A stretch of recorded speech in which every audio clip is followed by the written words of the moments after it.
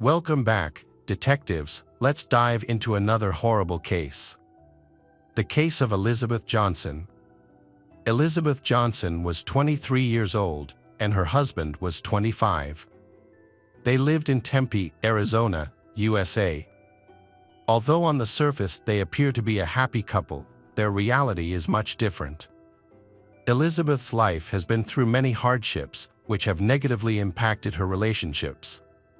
Her parents were addicted to illegal substances and barely cared for her, forcing her to grow up in poverty.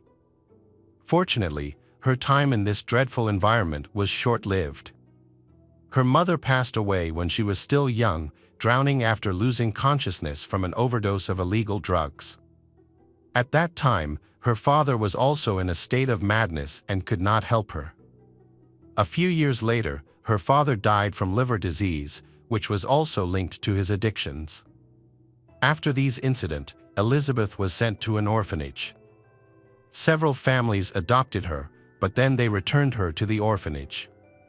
These childhood damage caused Elizabeth much suffering.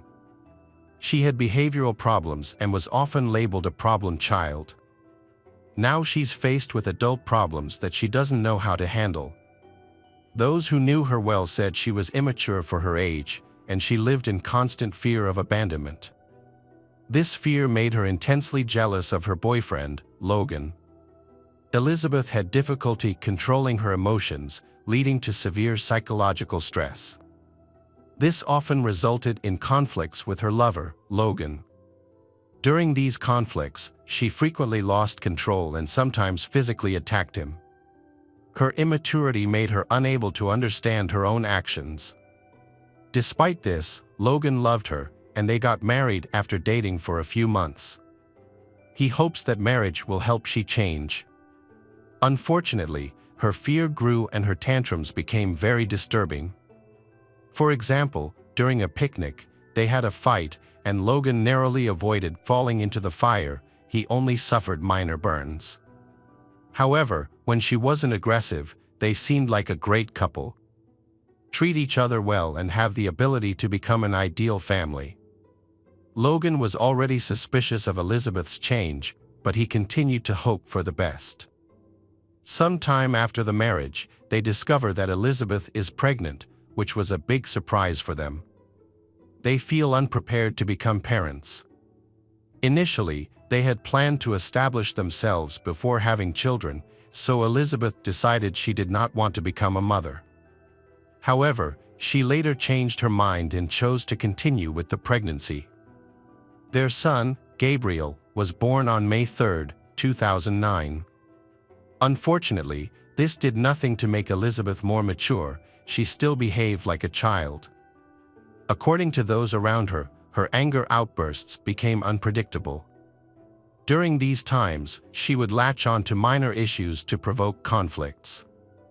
Gabriel is quite difficult, and she has to try very hard to control him. The boy always wanted to be comforted, and whenever Elizabeth left him alone, he would start crying. His cries irritated her, causing her to lose her temper and yell. It was a chaotic situation, and Logan trying to stay calm for the sake of the child. During that period, Logan worked hard to support his young family, which often kept him away from home. At home, he always tries to help his wife and take care of the children. He wanted to be close to his son, but Elizabeth's temperament made things difficult. Not only was she as volatile as before, but baby constant crying and irritability made her ready to lash out at Logan over minor issues. Her jealousy increased. She becomes more suspicious of Logan's interactions with other women. Her fear of being abandoned turned into panic, haunting her. Everything is getting worse and worse. Elizabeth accused Logan of loving their son, Gabriel, too much. She even grew jealous of the child, convinced that Logan loved her less since his birth. During her angry outbursts, her behavior became more extreme. She started smashing things, including household appliances and dishes. On one occasion, she even took a kitchen knife and cut up the sofa and her son's bed. Logan finds it very difficult living in such an environment. During these episodes, he feared for his life and the safety of the son. He wanted to be close to his child, but he didn't want to continue to endure Elizabeth's anger. Finally, he ran out of patience, especially when Elizabeth didn't change. After a few months of living like this, Logan announced that he wanted a divorce and moved out with his son, Gabriel. Elizabeth's childhood fears and traumas return, but she never takes responsibility for what happened. Instead, she blamed her husband, Logan, calling him narrow-minded. Worst of all, she began to threaten to give Gabriel up for adoption. Logan assured her that he could take care of the baby himself, making such an action unnecessary. Unfortunately, Elizabeth saw this as a new way to manipulate the situation and frequently used this threat against Logan. When Logan consulted a lawyer, he learned that by law, Elizabeth could not arbitrarily let someone else adopt their son, Gabriel. If the child's biological father disagreed, they would need to settle custody arrangements in court. Elizabeth could have given full custody to he, but she didn't want to. She just wanted to control him longer and get revenge. Eventually, they divorced, and they were granted joint custody. However, her erratic behavior made he feel it was unsafe for their son, Gabriel, to stay with her, so he sought full custody. This process took time. Meanwhile, the boy lived with his father, and his mother visited him according to their agreement. Over time, Elizabeth seemed to become less anxious and calmer. What happened at Elizabeth's house when Logan wasn't there was unclear. The situation might have been worsening. As Christmas approached, Logan planned to spend the holiday with his family. He had a grand vacation in mind. They would meet Santa Claus and give Gabriel his first Christmas presents. But this plan was not to be. On December 18, 2009, Logan was supposed to pick up Gabriel from Elizabeth's house around 4 p.m. However, when he arrived, no one opened the door and the car was not in the driveway. This was strange, because they had planned that he would visit and he will take Gabriel away. Then, he continued to knock. By this point, they had a well-established custody arrangement for the child. Everyone was accustomed to it, so Elizabeth's actions seemed unusual. She couldn't just take Gabriel and go wherever she pleased. Logan looked through the bedroom window and saw furniture boxes scattered and emptied on the floor. He thinks she's gone crazy again. She must have packed her things and taken Gabriel away to an unknown location, so he became very worried and immediately contacted the police. Unfortunately, by law, nothing could be done because Elizabeth was Gabriel's biological mother. She was the child's legal guardian. The authorities ignored Logan's worries. Although this made him feel discomfort, he was forced to go home. For the following days, nobody managed to reach Elizabeth. She remained silent. No one understood what had happened, making the situation more complicated. Only Logan and his family were interested in the search. The police ignored his warnings that Elizabeth could be a danger to Gabriel. He had no choice but to do everything to contact she. Unexpectedly, on December 27th, he received a message from an unknown number, but it was clear it was from Elizabeth. She wrote that he would never find his beloved son, Gabriel. She was leaving the country, and when she arrived, she would send him the exact address where he could find Gabriel's body. She also added that, earlier, she had strangled her son, Gabriel. After hearing these words, Logan could barely stand, but he immediately called the unknown number. At first, Elizabeth ignored those calls, but finally answered on the 6th attempt. Logan insisted that she was lying and that Gabriel was fine. However, Elizabeth claimed to have strangled the baby and put it in a trash bag with diapers and then threw it into a dumpster. She said it was revenge for his countless betrayals. After this, Logan contacted the police, but to his surprise, he was again told that they could do nothing. The police did not take what Elizabeth said seriously. The next day, the police got involved because Elizabeth will have to attend the final trial for custody of Gabriel, but she did not appear in court as expected. So they started looking for her. They quickly determined she had gone to San Antonio, Texas. Shortly after moving there, she sought employment and attended a nightclub casting to become a dancer. Other dancers remembered her well and identified her from photographs. She was seen attending the casting alone, without Gabriel. However, after that, she did not appear. From the first time we met, everyone realized that she had a very bad personality. Detectives found that Elizabeth had tried to get jobs at 2 nightclubs at the same time. However, then, her actions became puzzling because she didn't start working at either place. Investigators tried to determine the last time she was with Gabriel before she called Logan to report the murder. From trip records, they learned that on December 27th, she bought a bus ticket traveling between states. Gabriel did not accompany her on this trip from San Antonio to Florida. The investigation brought them to Miami on December 29th, where Elizabeth was arrested at a motel. Investigators questioned her about Gabriel's whereabouts and interrogated her about messages and a call to Logan. She denied the accusations, claiming she only wanted to annoy and get back at he. She mentioned she was heading to San Antonio to meet a couple interested in adoption. This was actually about illegally handing over a child to strangers. She claimed that she spent 3 days with they to ensure they were suitable and capable of caring for Gabriel. On the 3rd day, they met at a park. She gave Gabriel to they and left to begin a new life. She couldn't recall their names or contact details. But after some thought, she mentioned that the woman might be named Cheryl. It all sounds unreasonable, and the most confusing thing is that Elizabeth decided to leave Gabriel with a stranger, while Logan wanted to take care of the boy himself. Why is it necessary to separate the child from the father and find another family to raise the boy? That is illegal. Elizabeth had no answers to these questions. Law enforcement officers searched the San Antonio landfill using specially trained dogs, as there was a chance that the tip given to Logan was true. However, Gabriel's body was not found there. Then, authorities focused their attention on a family suspected of illegally adopting Gabriel. For Logan, this lead was his last hope of finding his son alive. Logan recalled a similar incident 6 months earlier.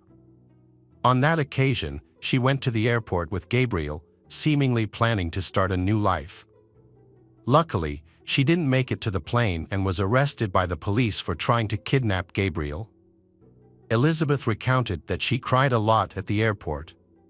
And then, she met a 40-year-old woman named Tammy Smith. Seeing her hugging Gabriel and crying, Tammy decided to comfort her by expressing sympathy. She confided in Tammy that she felt incapable of being a good mother to her baby. Tammy then asked if she was considering giving her baby up for adoption. At first, she insisted that she wouldn't do it. Despite this, she and Tammy became friends after their encounter. They shared many similarities, particularly a difficult past. Tammy had worked as a dancer in a strip club and had been married to 2 men simultaneously at one point. She had a deep fear of being alone, which negatively impacted her life and relationships. She had been married 5 times and had 3 children with different men. All her children lived with their biological fathers, and she had lost parental rights. Unexpectedly, after 2001, changes occurred in Tammy's life. She decides that she really wants to raise her child and get her child back. There was no longer an opportunity to give birth again. So she turned to the services of the black market. During the investigation, it was established that Tammy adopted 2 children and was constantly looking for young mothers with problems so that she could adopt more children. She used social networks to persuade young women to give up their children and even approached pregnant women on the street, asking if they were planning to give up the child. After talking with Tammy, Elizabeth decided to give Gabriel up for adoption. Tammy became Gabriel's mother. When Logan learned of this, he immediately reported it to the police. Gabriel was taken from the Temmie home and returned to live with his father Logan. Temmie claimed that she did not know about the falsification of the adoption documents. Logan attempted to obtain custody to prevent Elizabeth from being able to see Gabriel again. However, the process dragged on for 6 months, which ultimately led to Gabriel's disappearance. After being arrested, Elizabeth launched a public relations campaign to support herself while awaiting trial. She frequently communicated with the media, gave interviews, and blamed Logan for the incident. She argues that if he agrees to let Temmie adopt Gabriel, none of this would have happened. Logan was shocked by her actions, which he perceived as driven by revenge. During the custody trial, he repeatedly sought sole custody, as he was the primary caregiver.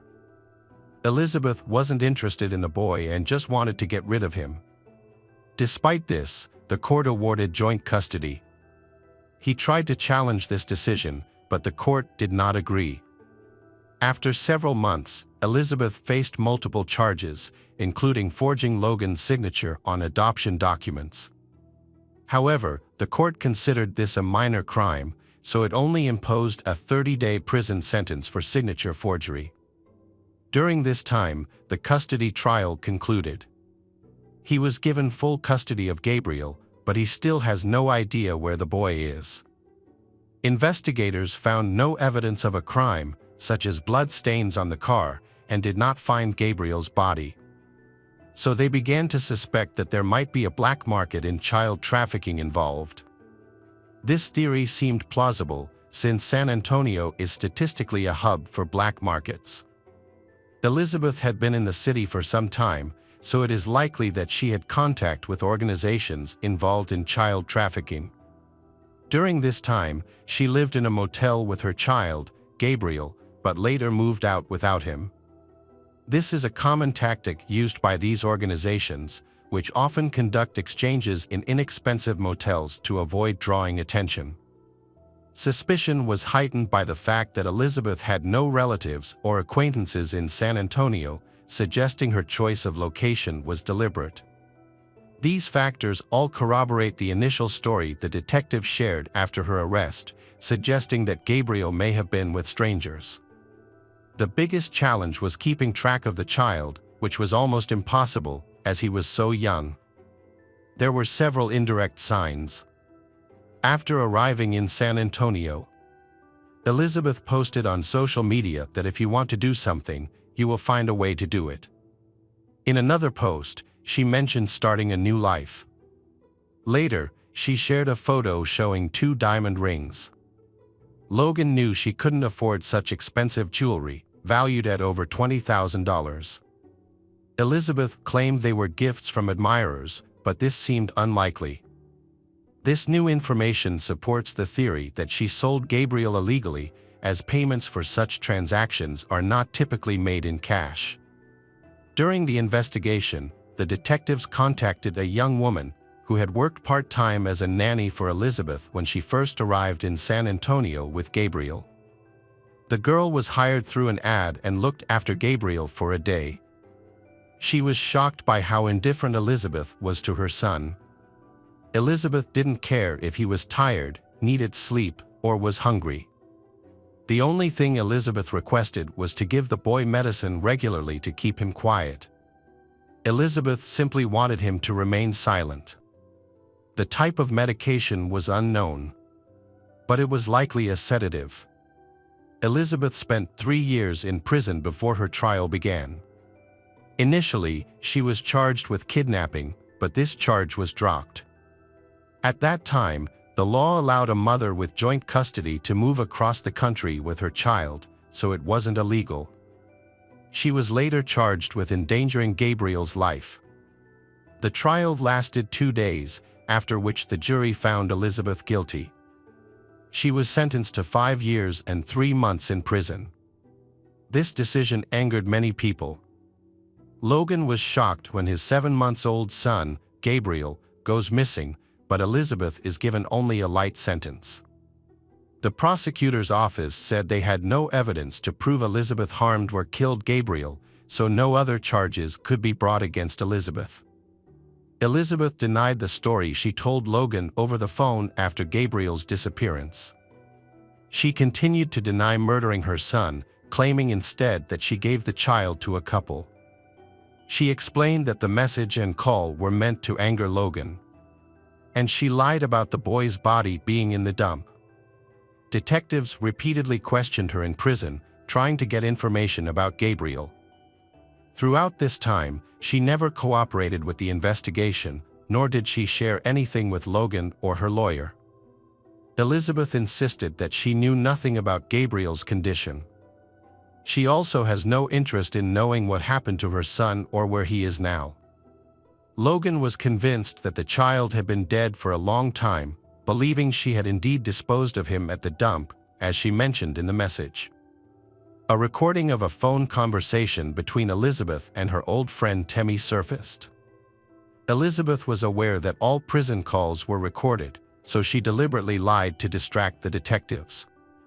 During the call, she praised the detectives for their work but then expressed outrage. Then, she confesses that Temmie ruined her life. Temmie got her involved in illegal activities. Temmie's reaction seemed genuine, as she denied all of Elizabeth's accusations. The two women ended up blaming each other for their problems, which ultimately ended their friendship. It remains unclear who was lying during the call. In 2014, Elizabeth was released from prison and placed on probation for 3 years. However, she repeatedly violated the terms. Just a month later, she moved to New Mexico, which was a serious violation since she was required to regularly report to her probation officer.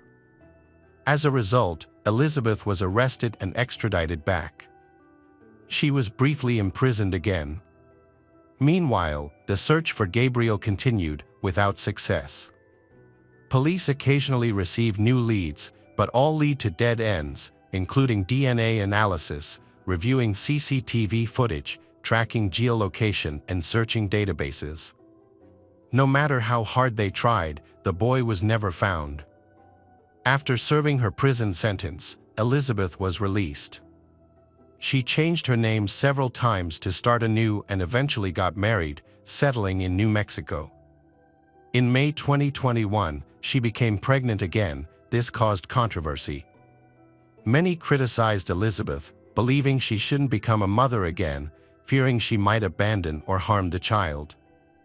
When speaking to reporters, Elizabeth continued to deny all allegations. In an interview, she claimed that her worst punishment wasn't prison but living without knowing Gabriel's fate. She insisted she had changed and regretted giving her child away, but few believed her. Gabriel's father, Logan, has devoted a great deal of time, effort, and resources to searching for his son. Years later, he had a new family, but he still hoped to find his first child. Although Logan tried his best, but the fate of Gabriel remains a mystery known only to Elizabeth. Logan continues to hope that Elizabeth will eventually reveal the truth so he can find his son.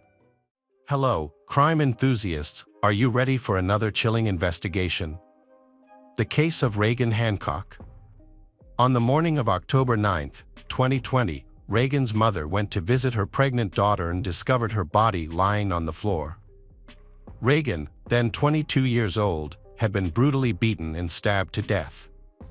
Her unborn child had been removed from her womb and kidnapped. Born on November 14, 1998, in Howe, Arkansas, Reagan was part of a large Christian family that included a younger sister and several half-siblings.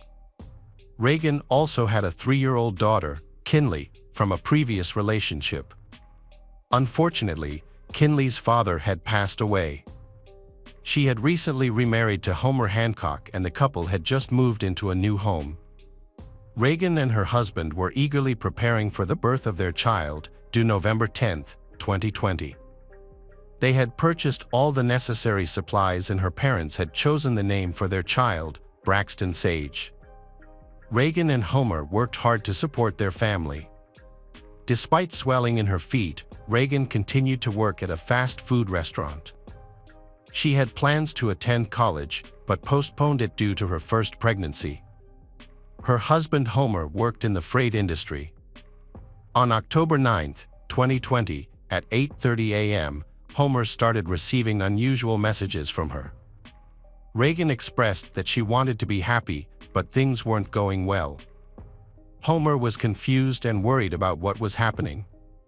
He replied to her messages, told her he loved her, and tried to call, but she didn't answer. At 9:30 a.m., a neighbor texted Homer and said their puppy was outside. The neighbor came to their house and found the garage door open, which was strange since no one was home. Worried, Homer tried to contact Reagan again but got no response. He called everyone he could think of, but no one had any information. Finally, he called Reagan's mother and asked her to check on Reagan. Since he was away from home, he took the day off from work and rushed back. Reagan's mother arrived at the house at 10:15 a.m. and found a horrifying scene. It was her worst nightmare, and she immediately called the police. When Homer arrived, officers were already at the scene and wouldn't let him enter. The officers were stunned by what they saw. Blood covered the floors, walls, ceiling, and furniture. Reagan was found lying face down, severely beaten with multiple defensive wounds on her arms, showing that she had fought back. It was clear that her death was extremely cruel. Concerned for the baby she was carrying, Reagan's mother asked the police to check. When they turned Reagan over, they discovered a large cut in her abdomen, and the baby was missing. Police believed the attacker primarily targeted the baby. Reagan's 3-year-old daughter, Kinley, was safe and hiding in another room during the incident. Forensic scientists quickly arrived to investigate the crime scene. Around 10 a.m., police pulled over a car for speeding. Taylor Renee Parker was driving with a newborn baby on her lap, and the umbilical cord had not been cut. The other end of the cord was tucked into her pants. She stated that she had just given birth while driving and that her baby was not breathing and needed urgent help. The police found it strange that there was no blood on the seat. They called for an ambulance and began performing artificial respiration on the baby. An ambulance arrived and took Taylor and the baby to the hospital, but hours later, the baby was dead. Doctors began examining Taylor, but she resisted. During the examination, they discovered that she was not bleeding. A hormone blood test showed that she was not pregnant. The baby was small and premature, born at 35 weeks. Taylor initially said that she was pregnant with the baby. She staged the scene with the umbilical cord to make the police believe that the baby was hers. The police later discovered that the baby was not hers. They returned to the hospital and arrested Taylor. Taylor, a 27-year-old friend of Reagan, was excited when Reagan announced her second pregnancy on social media. Later, Reagan reached out to Taylor, who was also expecting, and they formed a friendship. The two girls lived close to each other. Taylor resided in the nearby town of Sims, Texas, about 15 kilometers from Reagan's home in New Boston. They frequently communicated online and occasionally met for walks. They had much in common, both preparing for childbirth, shopping for baby items, attending prenatal classes, and sharing their experiences. Taylor's relationships have been complicated. She has a daughter and a son from 2 previous marriages, both of whom live with their fathers and are already in school. Taylor lost custody of them and has had very little contact since then. Taylor formed a close bond with Reagan, even filming their wedding, but during this time, she was misleading both Reagan and her fiancé, Wade Griffin. At the start of her relationship with Wade, she lied about being an heiress to a multi-million-dollar fortune, claiming her family were oil tycoons. Later, she told him she had ties to the Mexican mafia and needed his protection, asserting that her presence caused a major shootout involving the FBI, which she insisted must remain secret from the media. Wade believed her and became involved in expanding his farming business at her urging, which led him to buy more pigs and cows. He took out a loan for these purchases, thinking he would repay it with the inheritance Taylor promised him. However, he never received any money and ended up in a tough financial situation. Later, Taylor became obsessed with the idea of buying a large hunting property valued at nearly $5 million, even though she didn't have the funds. She spoke to a realtor, claiming to be the heiress of a multi-million-dollar fortune from syrup producers, despite having previously said her family was involved in the oil industry. They reached an agreement to buy a plot of land for $3.5 million, making an initial deposit of $200,000 that Taylor borrowed from Wade. At that moment, Taylor felt proud and shared the exciting news with her family, giving everyone postcards featuring a photo of the property and saying they could go hunting there. However, the deal ultimately fell through because she could not afford to pay the remaining amount. Initially, Taylor claimed that the syrup company would pay $7 million, but that money never arrived. At that time, Taylor was intensely motivated to purchase her dream home, which cost $20 million, a sum she didn't have. She falsely claimed that a wealthy uncle could provide the money, but then she vanished again. Concerned, the realtor attempted to contact both Taylor and Wade, unaware of the ongoing deception. Taylor eventually presented the realtor with documents claiming she had inherited $370 million, but these documents were fake. As a result of her lies, her relationship with Wade was on the brink of collapse. Feeling that she might lose Wade, Taylor decided to have a child to strengthen their bond, but she faced challenges getting pregnant due to her hysterectomy. Thus, she devised a scheme for a fake pregnancy. In February 2020, she told Wade they were expecting a baby in July. Taylor shared an ultrasound photo on social media, but it was actually an image of her other daughter. There are some people who know the whole story about Taylor and know that she cannot conceive. They discussed this in a conversation and are confused about why she would fake her pregnancy, believing it to be a tactic to keep her husband. However, they do not know her true intentions. Additionally, Taylor's family knows that she cannot conceive and suspects that she fabricated this pregnancy to keep Wade with her. They believe this is a hoax on her part. Recognizing her behavior, her relatives suspected that Taylor's false pregnancy would soon result in a miscarriage, and that would be the end of it. However, they never imagined she would go to the lengths of committing murder to obtain a child. While pretending to be pregnant, Taylor continued to seek approval from Wade's family, who were not fond of her. Knowing that Wade's mother had a crush on a Nissan Altima Platinum, Taylor bought one for her, much to her delight. Unfortunately, Taylor later claimed that the car had been repossessed by the dealership. Wade and his mother were hopeful for its return, but that never happened. Wade then contacted the dealership to inquire about the new car, only to learn that it had not been recalled, rather, it had been sent back to the showroom because they hadn't paid for it. This revelation shocked Wade, but he chose to remain silent because he did not want Taylor to be stressed during her pregnancy. Taylor attempted to persuade her friends and family that she was pregnant. She shared ultrasound images and test results, claiming that her pregnancy was a blessing from God.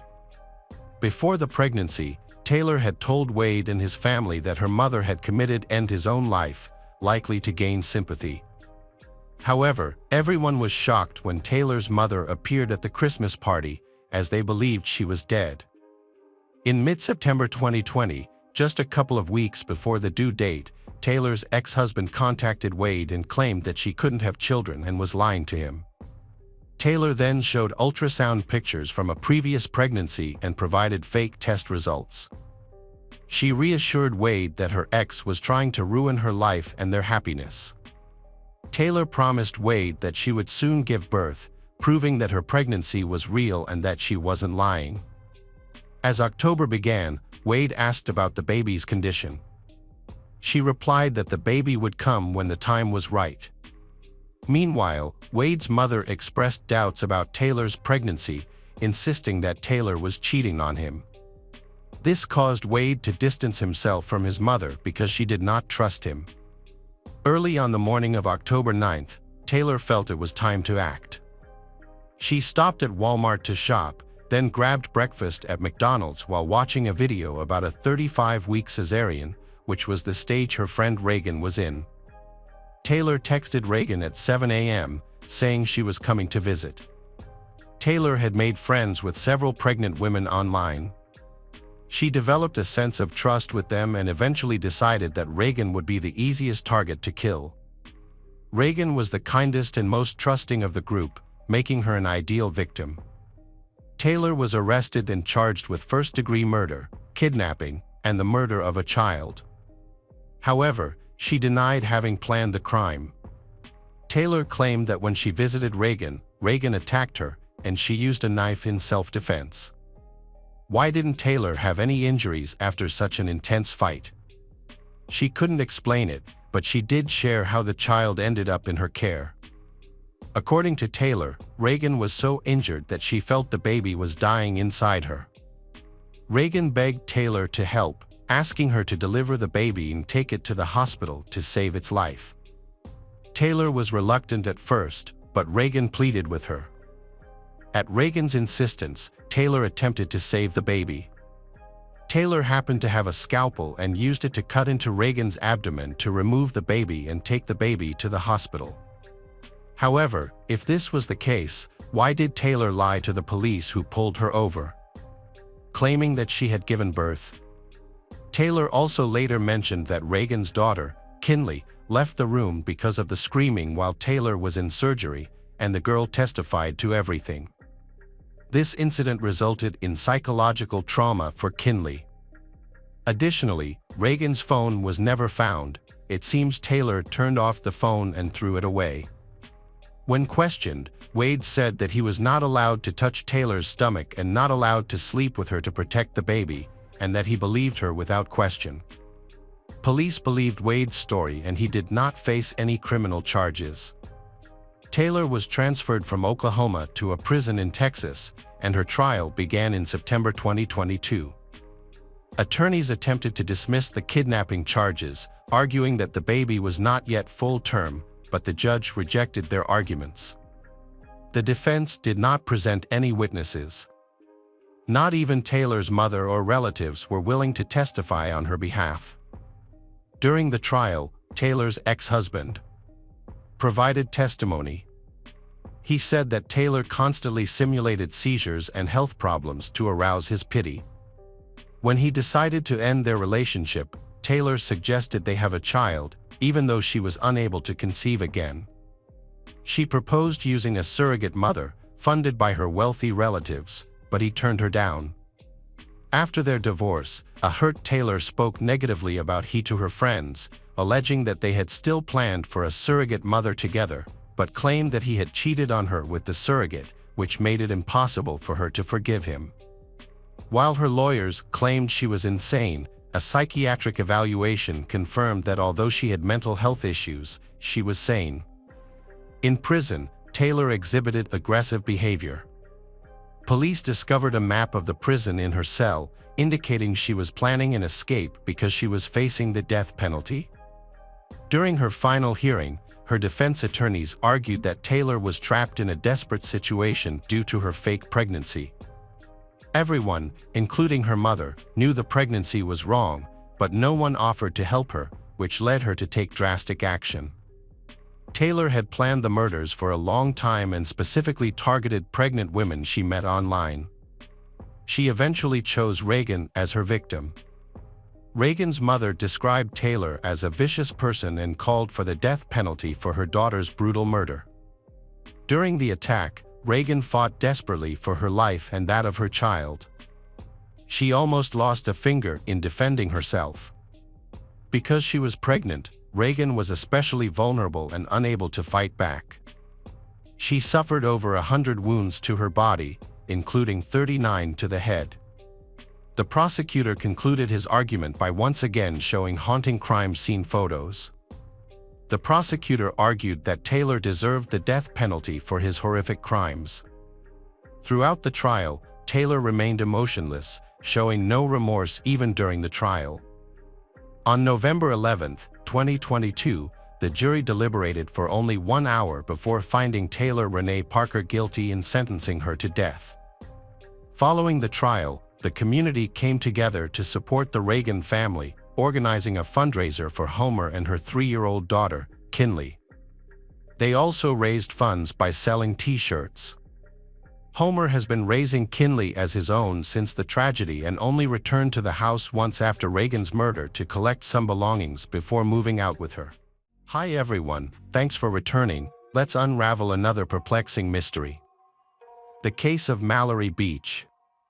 Mallory Beach was born on April 18, 1999, in Walterboro, South Carolina, USA. She had 2 older sisters, Morgan and Savannah. At 19, Mallory graduated from Hampton High School and then attended the University of South Carolina. She worked at clothing boutiques in Fort and dreamed of becoming an interior designer.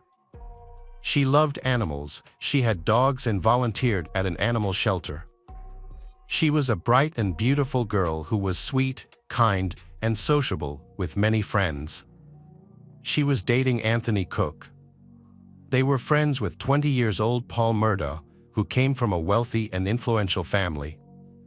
On February 23, 2019, the group planned to attend a party at a house owned by the mayor's family. They decided to travel there using the Murdaugh's 5-meter sea hunt boat.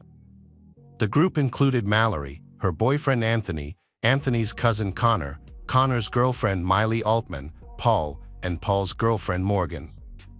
All were under 21, but that didn't stop them from obtaining alcohol and drinking on the boat. Although they could have reached by car, they chose to go by boat to drink beer and other alcoholic drinks en route without encountering the police. Paul was driving the boat and had already been drinking. He used his older brother Buster's ID to buy alcohol at the store, which he was quite proud of. After arriving, they enjoyed drinking and eating oysters. The party went well, and 5 hours later, they headed back home. Paul, now quite drunk, was still steering the boat. He stopped at a bar along the shore to buy more alcohol and drank there with Connor, while their other friends waited outside, eager to get home. At around 2 a.m., Paul and Connor left the bar. Everyone boarded the boat to head home. Under the influence of alcohol, Paul's behavior worsened, and he became aggressive. For half the night, Paul was in his underwear, saying he was hot, despite the cold February weather. His friends even suspected he might have taken illegal substances earlier, as he occasionally did so. Anthony, who was much more sober than Paul, wanted to take control of the boat, but Paul refused, insisting it was his boat. The other friends tried to convince he to let Anthony steer, but which nearly led to a fight on board. Anthony asked he to drop them off at the nearest pier, but he refused and mockingly suggested they call an Uber, knowing they were on a river with no access to cars. His behavior was inappropriate, and his friends argued with him. Paul repeatedly walked away, leaving the wheel unattended. He shouted at his girlfriend, Morgan, then hit her, spat on her, and pushed her so hard that she fell. Mallory and Anthony were upset by this and stayed at the stern of the boat. After seeing he hit and push Morgan, Mallory yelled at him to stop and calm down. However, he ignored her, angrily glaring before returning to the steering wheel. In anger at Mallory, he accelerated the boat. It sped up so much that the friends were thrown about. Anthony and Mallory clung to each other, but they couldn't hold on for long. At 2:20 a.m., the boat crashed into a bridge, causing the friends to fall into the water. When Anthony surfaced, he was quickly swept to the other side of the river by a strong current, but Mallory wasn't with him. Everyone except Mallory managed to swim to the shore. She was nowhere to be found, despite their calls and searches.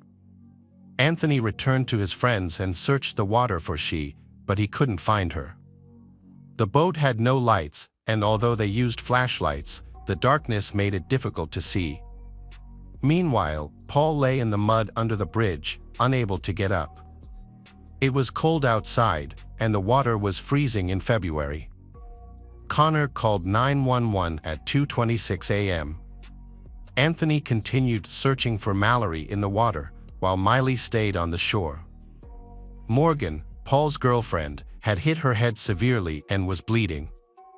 After the call, Connor and Miley climb up the bridge to see if they can see Mallory from up there, but they still didn't see her. Paul went on the boat to be with Morgan.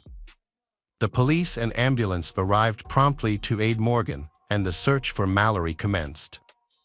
Meanwhile, Paul remained on the boat in his boxers, speaking on the phone and gesturing. When Paul finally left the boat, he was smiling and behaving as if nothing had happened. He did not join the search for Mallory, which angered Anthony so much that he nearly attacked Paul, but the police stepped in to prevent it. The Coast Guard informed all ships to search for Mallory in the water. Meanwhile, Paul, Connor, Miley, and Morgan were taken to the hospital for treatment. Anthony stayed back to search for Mallory, despite he being soaked and very cold. At the hospital, the police came to question everyone, but Paul's father, Alex, and grandfather intervened. The Murdaughs, Paul's family, were wealthy and influential. Since 1920, they had held the position of chief prosecutor in the district. They also had their own law firm and were prominent in private practice across the district. They used their influence to pressure the police and hinder the investigation. Night searches for Mallory failed, and the next day, a large-scale search involving divers and helicopters began. Anthony did not go to the hospital and instead continued looking for she at the river. He spent days helping rescuers search for her. Volunteers eventually found her body on March 3, about 5 miles from the boat wreck site. An autopsy revealed that she died due to drowning and head trauma from a blunt object. She had hit her head, lost consciousness, drowned, and the strong current carried her away from the accident site. About 500 people attended her funeral. It was clear that Paul's irresponsible behavior and drunken boat driving caused this tragedy. However, the influential Murdaugh family went to great lengths to keep Paul out of prison. The police stated that it was unclear who was steering and who accelerated the boat. Paul denied being responsible, though he couldn't recall who it was. However, everyone else on the boat claimed it was Paul. The police argued that the friends' statements were unreliable because they might have been intoxicated. Paul's blood alcohol content was 3 times the legal limit. Investigators found beer and other alcoholic drinks in the boat's refrigerator. CCTV footage showed Paul buying alcohol at a local store, appearing pleased after the purchase. Moments later, he was seen crawling around the boat's refrigerator with beer. The boat's GPS indicated that the friends stopped at the pier around 12:45 a.m. Surveillance videos captured Paul and Connor at a bar, and later, the footage showed all the friends returning to the boat. Mallory family was frustrated with the inadequate investigation of the case, and the perpetrator will likely go unpunished. They initially filed a wrongful death lawsuit against the store and the individual who sold alcohol to Paul, but it was dismissed. Subsequently, they sued Buster had allowed Paul to use his ID to buy alcohol. This lawsuit was filed on April 18, 2019, which would have been Mallory's 20th birthday. Paul faced 3 felony charges: boating under the influence causing the death of Mallory and injuring 2 others, Connor and Miley. He pleaded not guilty to all charges and was released on a $50,000 bail awaiting trial. His bail conditions allowed him to travel, consume alcohol, and operate a boat. At his court appearance, Paul, dressed in a plaid shirt, sat in the hallway on the phone, never handcuffed or in a prison uniform, and had never been jailed. While the trials are about to take place, a tragic incident occurred. On June 7, 2021, Paul and his mother, Maggie, were found shot to death at their home near the dog kennels. Alex discovered them at 10 p.m. when he returned. Paul was shot in the chest and head with a shotgun, while Maggie was shot in the head with a rifle. Only shell casings were found at the scene, suggesting two different weapons had been used, leading police to suspect two perpetrators. The shootings occurred between 9 and 9:30 p.m., shortly before Alex arrived. Paul's phone was found in an unusual position, as if tampered with, and Maggie's phone was missing. It was later located outside the residence using the Find iPhone feature. Fingerprints and DNA from the killer were collected from it. The Beach family sent a letter of condolence to the Murdaugh family. They extends their deepest and warmest sympathies to the Murdaugh family during this terrible time. Having suffered the devastating loss of their own daughter, they praise that the Murdaugh family can find some peace after this tragic loss. They sincerely hopes that someone will come forward and cooperate with the police so that the perpetrator of these senseless crimes can be brought to justice. The police have classified the deaths of Paul and Maggie as a double murder. However, there are currently no suspects, even though the investigation is still ongoing. Many have speculated whether their murders may be related to Mallory's previous boating accident. But this connection has not been confirmed. Everyone present on the boat that day provided their fingerprints and DNA samples, which did not match those found on the phone of Maggie. While details about the case remain largely undisclosed, it's known that the Murdaugh family had several enemies and received threats, but they ignored these threats. Mallory's death is not the only one linked to the Murdaugh family. Years ago, their 50-year-old housekeeper was found dead. On February 26, 2018, she allegedly tripped and fell to her death. The Murdaughs paid her family $500,000, and the case was not pursued further. Before that, on July 8, 2015, the body of 19-year-old Stephen Smith, who supposedly had a relationship with Murdaugh's family's eldest son, was discovered on a sandy road. Stephen's face was badly beaten, with a hole on the right side of his forehead and numerous bruises and cuts on his body. However, his clothes and shoes were intact, and his phone and car keys stayed in his pocket. Stephen's car was found several miles away. The medical examiner determined Stephen was hit by a car, despite the lack of skid marks, headlight fragments, or any evidence of an accident. The blow only affected his head. It was suggested that a large vehicle, like a truck, might have struck his head with its side mirror, but the origin of the hole in his head was unexplained. It was also odd that his keys and phone remained in his pocket after such a strong impact. Many believed he had been beaten to death, yet the police closed the case. Rumor has it that everyone is afraid of getting involved with the powerful Murdaugh family, which led to these cases remaining unexplored. In 2021, Connor, one of the boat passengers, also sued the Murdaugh family for trying to blame him as the boat's driver. In memory of Mallory, a non-profit charity called Mall's Buddy was created, which raises funds to build a new animal shelter in Hampton County, South Carolina.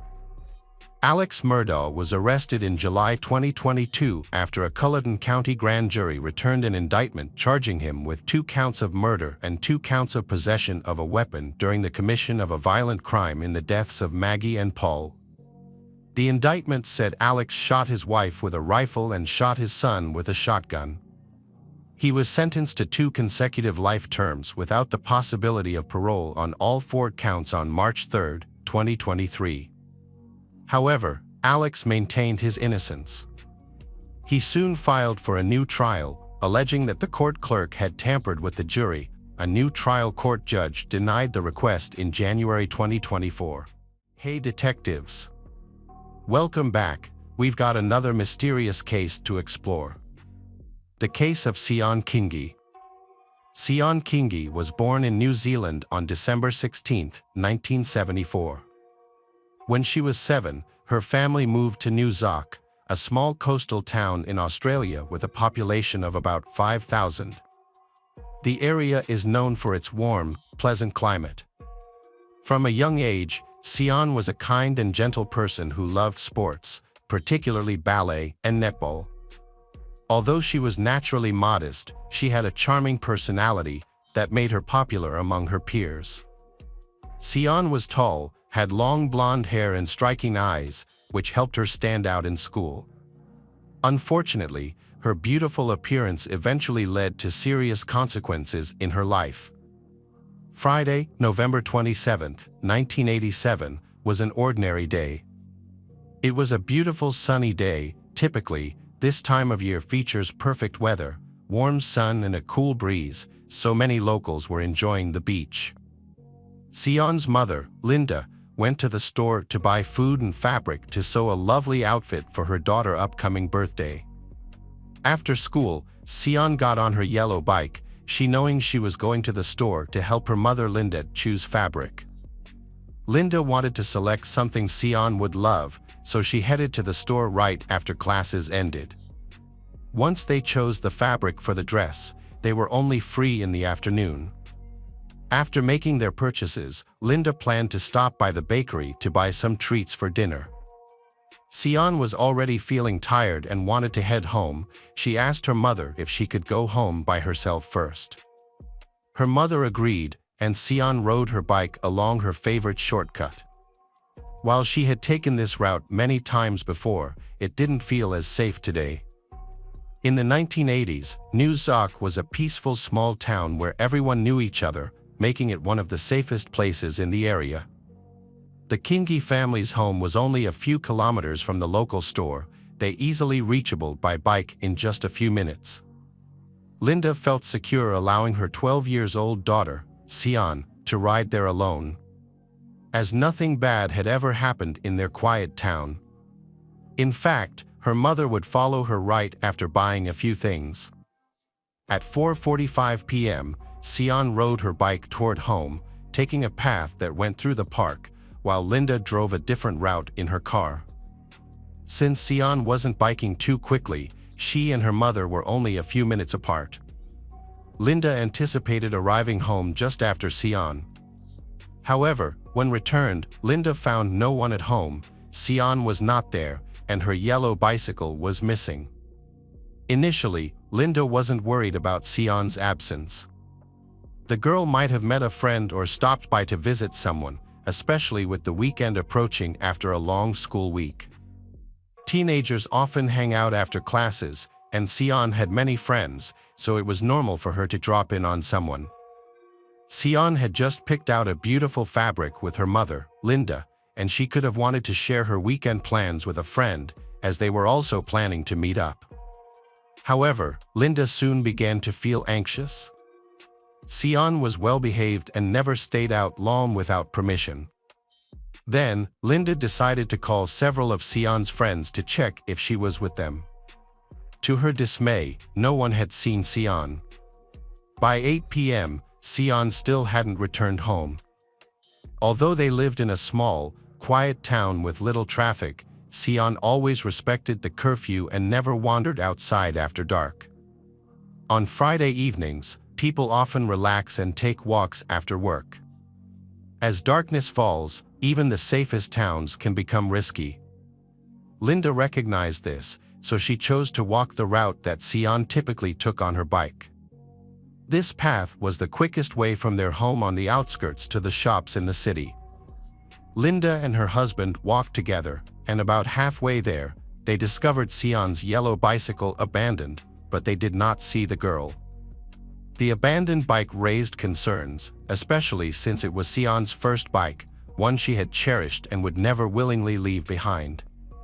Unfortunately, they couldn't find Sion nearby. Her parents called for her, but there was no answer. They decided to head to the police station.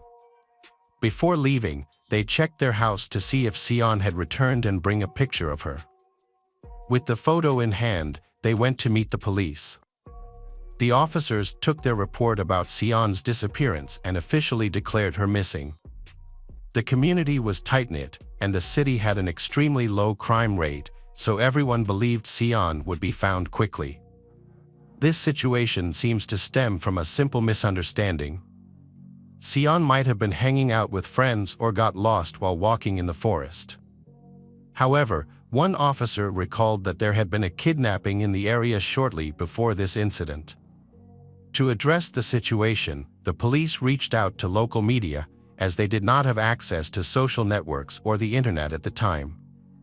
The following morning, a report about Sion's disappearance was broadcasted in hopes of finding witnesses who might have seen her the night before. Several people came to the police station with information, but they all insisted they hadn't noticed anything suspicious. These witnesses had seen Linda and Sion while they were picking out fabric for a dress, but none of them saw Sion on their way home, and no one was on the path at that time. The witnesses provided varying details and tried to highlight any unusual occurrences, such as strange cars or odd behavior from local residents. However, they no saw that was watching Linda and Sion. A witness reported seeing a dirty white station wagon on the evening of the incident. When police were notified, they discovered the car contained a dark-haired man and a heavy-set woman. They seemed to be aimlessly driving around, possibly searching for someone. It's conceivable that Sion might have come into contact with them. Witnesses noticed this suspicious couple shortly before Sion went missing. The police working on the case noted there were approximately 170,000 station wagons in the area, with about 10,000 of them being white. As a result, the search area has been much wider. Investigators needed to examine all the cars in the region and pursue additional leads. Many police officers and hundreds of volunteers joined the search. Friends, family, neighbors, and members of the community came together to assist in the search for Sion. Ground and air search teams were organized, and photographs of the location where Sion went missing were taken and shared with the media. This method is often used to help potential witnesses recall details about what happened that day.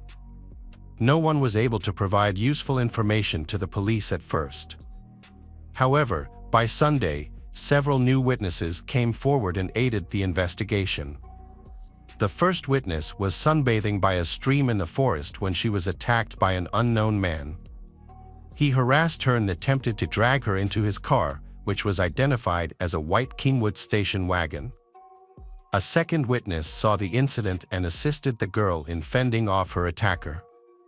Afterward, this witness followed the suspicious vehicle when the driver tried to flee the scene, but he eventually lost sight of them.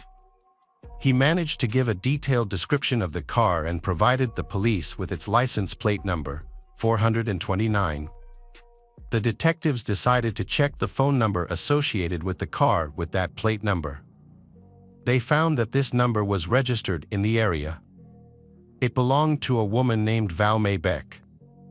The detectives quickly located her address and visited her home. A man answered the door and confirmed he knew Valmay. He explained that he was not her relative, but her stepson. He also added that her husband was Barry, and they had been married for a year. The description of Barry's closely matched the composite sketch created from the witness's account of the attack near the stream. The suspect's name was Barry Watts. However, the police lacked sufficient evidence to arrest him or accuse him of kidnapping Sion. Despite this, both Barry and Valmay were viewed as potential suspects in the case.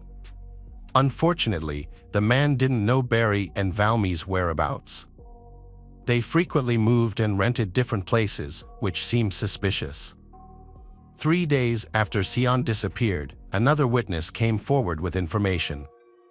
This witness also reported seeing a white Holden Kingwood near the creek and described the driver as athletic, mentioning a plump woman who was acting suspiciously.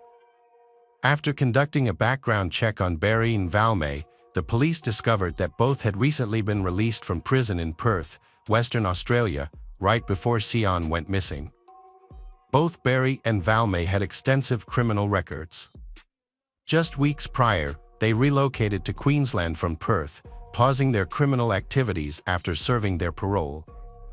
They arrived in a sedan but quickly switched to a white station wagon, which had been linked to several suspicious incidents.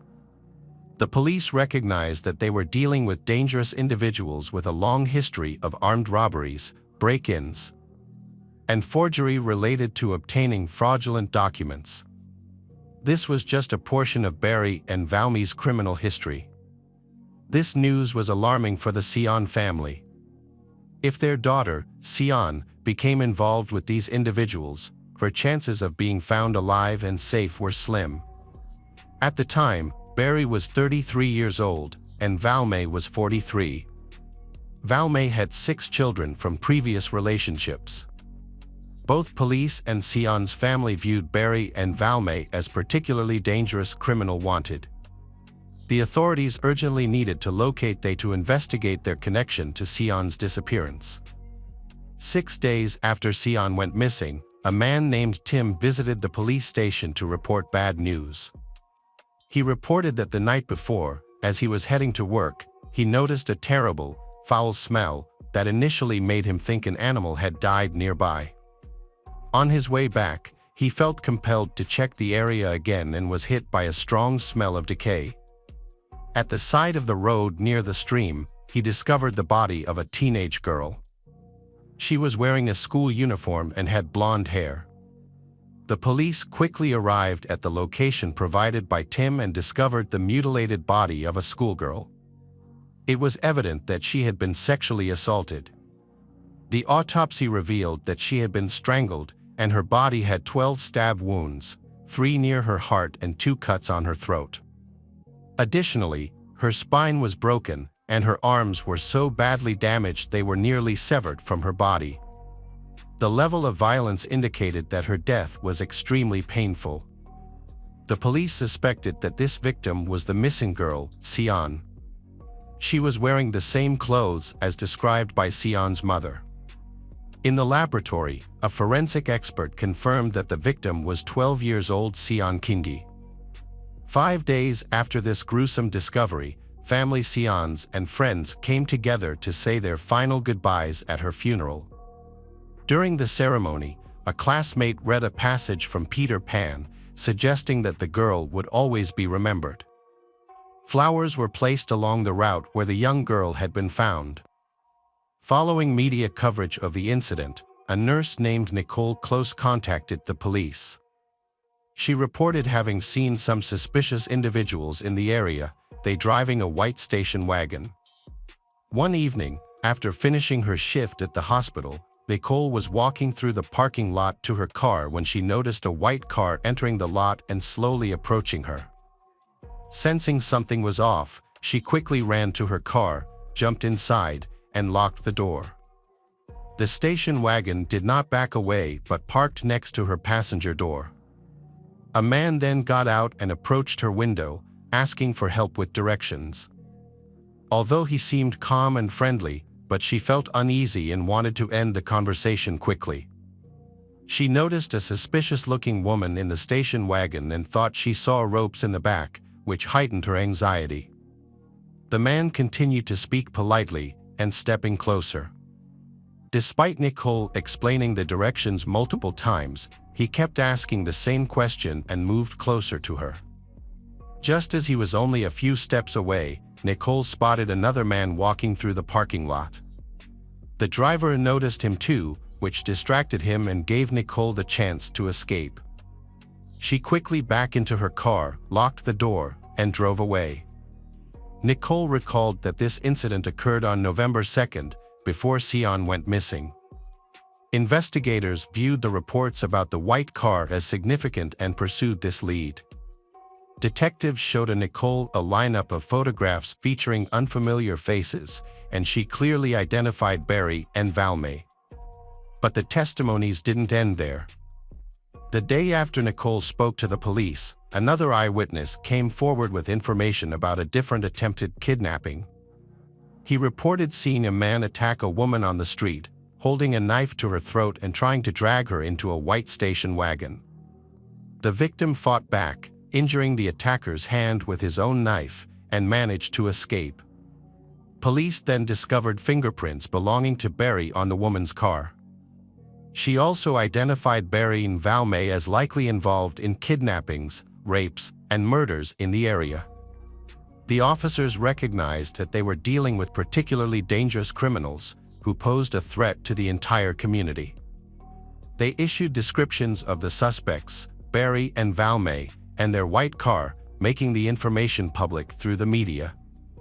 Although it seemed the criminals were in hiding, but arrest warrants have been sent to police departments nationwide, indicating the possibility that they will be caught soon.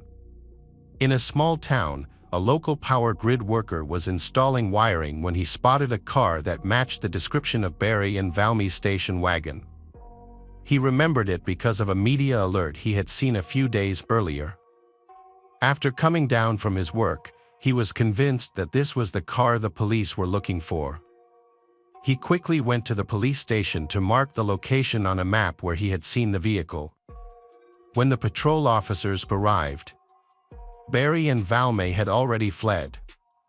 Although the police tried to chase them, they lost track of Barry and Valmy once again.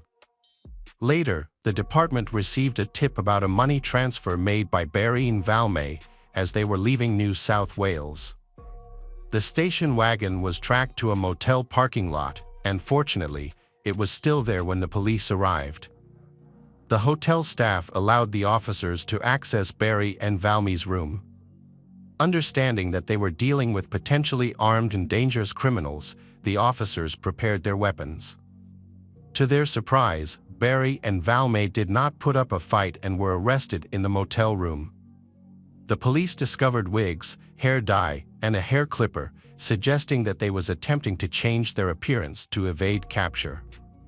The suspects, Barry and Valmy, were interrogated for about 12 hours, during which they remained completely silent. Barry did not cooperate at all. He informed the police that he had conspired with his wife, Valmy, to ensure she maintained the same story and did not reveal any important information. In contrast, Valmy quickly gave in. She thought that by doing so, she could reduce her sentence. What she revealed to the authorities was chilling. On November 27th, Valmy claimed that she and Barry were driving around the city in search of a new victim. Barry had an obsession with violence against women, particularly targeting those who were much younger than him. His wife, Valmy, being 10 years older, did not fit his preferences. To fulfill his disturbing desires, Barry started to rape and murder girls who fit his idea of youth and beauty. Valmy claimed she went along with his actions because she was afraid of losing him. On the morning of Sion's disappearance, they spent several hours driving around, believing that finding a girl would be easy. However, most of the girls were with others, making it difficult to kidnap someone discreetly. Barry attempted to approach a number of girls himself, but they managed to evade him. Eventually, he realized that he was not as trustworthy as his wife, so he decided to use Valmy as bait to attract the girls. They parked near a local park and got out of the car. While walking along the trail, they noticed a girl on a yellow bicycle. Barry selected her as his target, and Valmy pretended to be in distress, asking the girl for help because she was having trouble with her dog. Sion, a kind-hearted girl, came Valmy and engaging in conversation. At that moment, Barry attacked Sion from behind, muffling her screams and dragging her into his dirty car. Inside, he restrained her with tape. Valmy sat in the back seat with Sion, while Barry drove away. They traveled 12 kilometers from where the abduction occurred and stopped in a forest. There, Barry laid out a blanket and started raping Sion for several hours, fulfilling his twisted desires. Valmy later reported that Sion showed incredible courage throughout the process of being raped by Barry, she enduring the abuse without crying. She complied with Barry's demands, hoping her obedience would somehow spare her life and that they might let her go. However, from the start, Barry never planned to let her live. His intent was to satisfy his twisted fantasies. Barry started to strangle the Sion and stabbed her with a knife, causing fatal injuries. Throughout this horrific scene, Valmy watched without intervening. She later reported that the belt used for strangling Sion, along with the knife and other items, were discarded nearby in a stream. The police went to the specified location, and Valmy provided them with details about the crime scene. They were able to recover evidence, including light-colored hair that seemed to belong to Sion. Valmey's confession took up 28 pages, describing the terrible ordeal the young victim Sion endured before her death. Although Barry remained unyielding during the interrogation, he became enraged upon learning of his wife's confession, Valmey. To ensure Barry was convicted, investigators attempted to extract a confession from him. However, they were unable to do so. As a result, they decided to use a complex strategy. They planned to place an undercover agent in the temporary detention cell where Barry was held. This spy will spend time with Barry as a fellow prisoner, aiming to establish a friendly relationship with him, which will hopefully lead to receiving a confession from him. A special spy was chosen for this dangerous mission because he was able to withstand the psychological pressure that the mission would cause. He was supposed to listen to Barry confess about the brutal treatment of Sion. But ultimately, this mission did not result in a confession. Meanwhile, Barry remained agitated and was desperately trying to escape punishment. During one meeting with his wife, Valmey, he subtly suggested that she should end her life before the trial to avoid testifying against him. He implied that if she chose not to, she would face serious consequences according to state law. Barry communicated with his wife very cautiously, carefully choosing his words to prevent the authorities from using their phone conversations against him. Fortunately, Valmey did not listen to Barry, which ultimately saved her life. When Barry and Valmey arrived at court, around 200 people were present, ready to confront the brutal murderers. During the trial, Valmey testified against her husband, Barry, portraying him as a true monster. She tried to defend herself by claiming she was coerced into the horrific acts. However, there was strong evidence suggesting she participated willingly. On October 20, 1988, the jury began deliberating on the verdict. After 3 hours, the jurors found the defendants Barry and Valmey guilty. Valmey Beck received a sentence of 10 years for kidnapping and life in prison for murder. However, due to her cooperation with the prosecution, she was granted the possibility of temporary release. The jury spent 6 hours discussing Barry's sentence. Finally, Barry Watts was found guilty of murder, kidnapping, and rape, receiving a life sentence without the possibility of parole. His case was officially archived, meaning he would not be eligible for release. However, the story of Barry and Valmey didn't end in prison. Barry started bragging about his crimes and told a cellmate that he had committed a similar offense. He mentioned the murder of 31-year-old teacher, Helen Marie Fenney, who went missing on October 29 of that year. Investigators later discovered that Valmey was also involved in this incident. Valmey admitted to witnessing her husband murder the teacher Helen, after which they placed her body in the trunk of their car and disposed of it in a landfill near Brisbane. Barry remained silent during police questioning, refusing to provide any information about the second victim, Helen. He seemed to hope to challenge the verdict in Sion's case in the future. However, in 2007, he confessed to murdering Sion and detailing the crime. Valmey endured assaults while in her cell, suffering regular beatings, including a severe head injury from a tin can. To ensure her safety, she was transferred to a more secure correctional facility. During her time there, she converted to Christianity and started to make positive changes in her life. Valmey applied for parole 3 times but was denied each time. In 2007, she divorced her husband, Barry. She also struggled with serious health issues, such as obesity and diabetes. In 2008, her health declined significantly, leading doctors to place her in an induced coma immediately after heart surgery. The police hoped that while she was on her deathbed, she would confess to additional crimes that she and Barry was suspected of, including numerous kidnappings, rapes, and murders in the area. Sadly, she passed away at the age of 64 without regaining consciousness, taking with her all the secrets of their horrific crimes. Hello again, true crime fans, we've got another mysterious case to explore. The case of Sharon Pryor. Sharon Pryor was born on February 9, 1959, in Montreal, Canada. Her mother, Yvonne Pryor, is from the UK, and her mother's family immigrated to Canada when she was very young. Her mother lived her entire life in Canada, where she met her future husband, George, a serviceman. The couple fell in love, got married, and later welcomed their daughter Sharon. Just before Sharon's second birthday, her mother gave birth to twin girls, Doreen Va Marine, in 1962. Then she had another brother, who was the youngest. In 1965, George was stationed elsewhere in a different location, leading to the couple's decision to divorce. While George continued his military career and moved frequently, Yvonne settled in an apartment in Lang, Canada, provided through a program for military families. This quiet and cozy place seemed perfect for raising her children. Yvonne, Sharon's mother, thought she had found a safe home for her family. But she was unaware that danger could lurk even in such peaceful neighborhoods. From a young age, Sharon is famous for being a very gentle person, beautiful, and caring.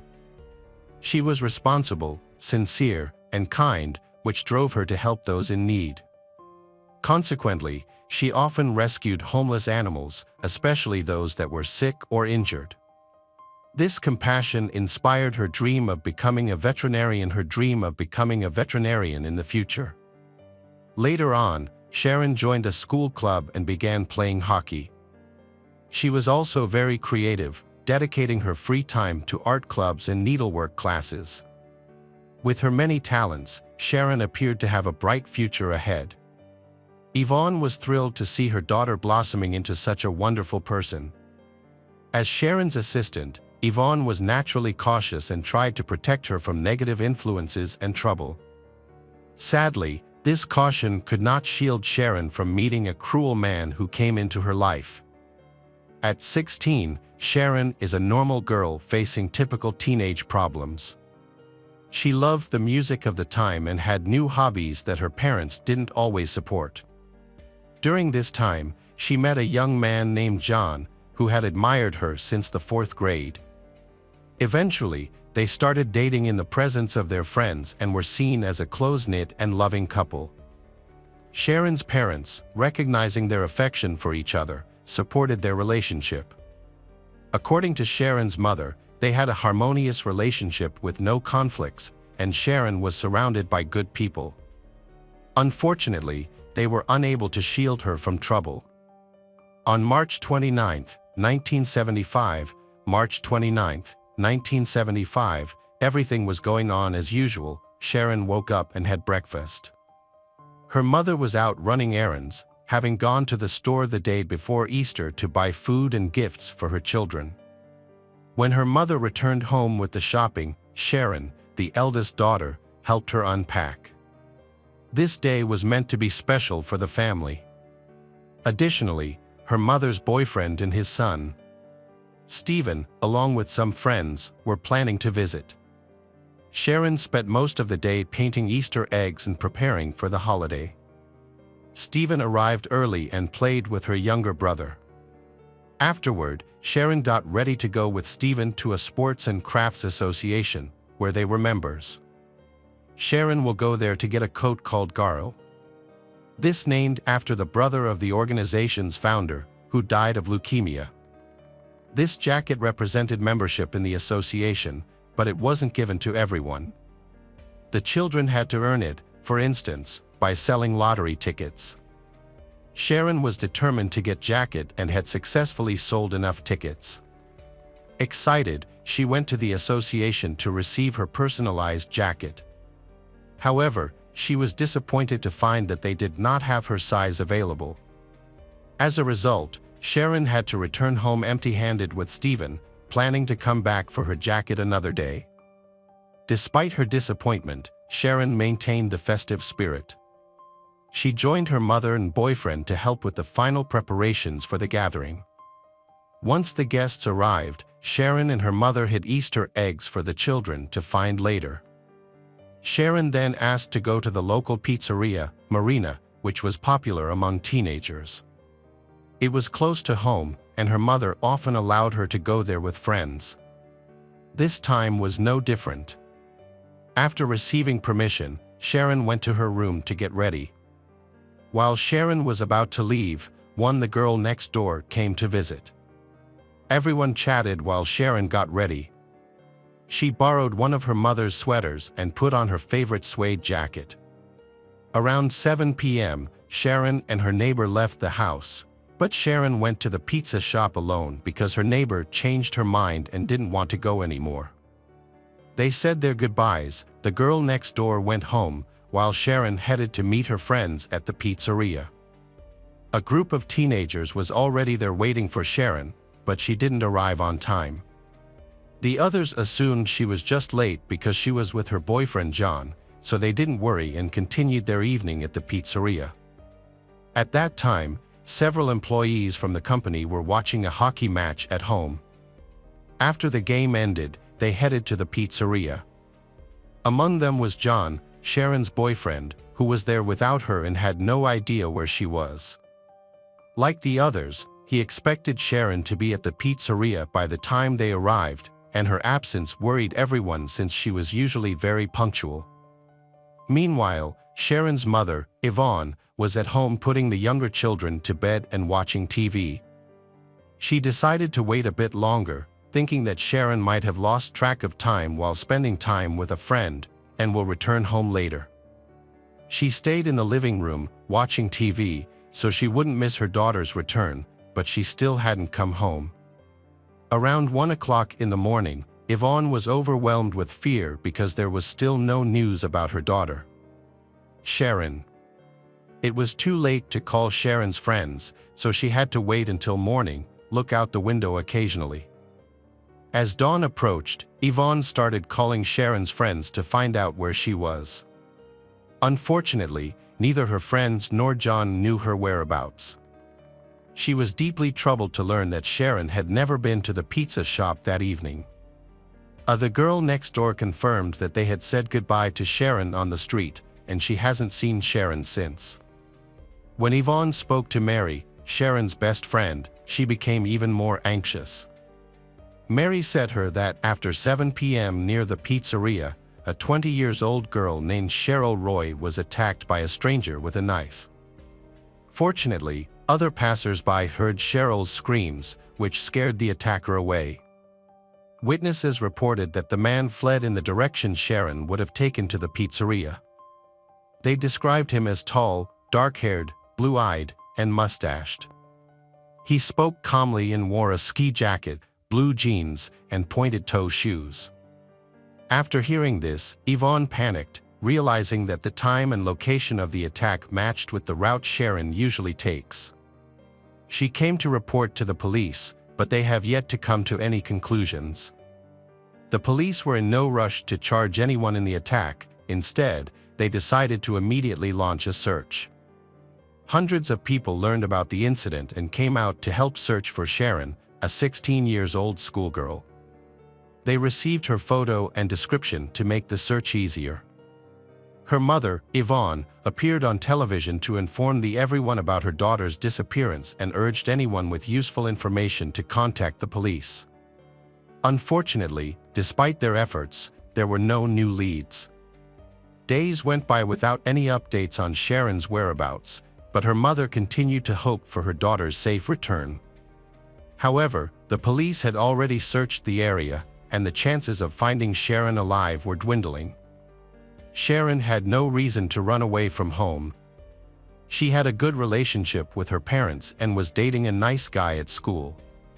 Their relationship is built on love and understanding, and he didn't seem like someone who would harm her. Sharon also stayed away from troublemakers, so when she disappeared, the police had no leads or suspects. Attempts to locate a man with a knife seen nearby were unsuccessful. The investigation has not made any new progress in a long time, and Sharon's mother was devastated, but she still hoped for her daughter's safe return. On April 1st, around 6 a.m., Sharon's mother, Yvonne, noticed something unusual through the window. A familiar young man was leaving Sharon's house, crossing the street to retrieve a newspaper left on her doorstep. Sensing something was off, she called out to him, trying to understand why he was up so early and taking newspapers from house to house. He didn't respond and instead quickened his pace to leave. She rushed outside and caught up with him. He tried to keep the newspaper, but she managed to grab it from him. He shouted for her not to look, but she did anyway. On the main page, she was confronted with a heartbreaking photo of a girl's body found in the snow. This incident occurred in the suburbs, just a few minutes' drive from their home. She was not only shocked by the news but also because the police did not inform her, which they should have done. She learned about it later than many neighbors who had seen the latest news in the paper. She convinced herself that it wasn't Sharon but rather another girl who resembled her daughter. After gathering her thoughts, Yvonne called the police to dispute the newspaper's frightening headline. The detectives informed her that they had not yet confirmed if the body belonged to Sharon, which intensified her fear. Feeling overwhelmed, she asked for Sharon's father, George, to come to the area for her since she was in shock. The photograph of the victim bore a striking resemblance to her missing daughter, Sharon, and she was dressed exactly as Sharon's mother had described. When Sharon's father got there, he recognized his daughter, leaving no doubt that the 16-year-old schoolgirl was deceased. A local resident, Jacques, who had also read about the girl's disappearance in the newspaper, discovered the body. Upon recognizing the victim looked like Sharon, he immediately reported the grim discovery. Jacques usually made sure that all his doors were locked, but on Tuesday, he discovered that one lock was open and the door was unlocked. He thought it was strange that there were no signs of a break-in, as if someone had a key. The truth was, he was the only person with full access to the house. When he went outside to the driveway, he was shocked to find a woman's body lying there, naked from the waist down. Additionally, nothing had been taken from his home. Jacques was perplexed about why the body was found in that location.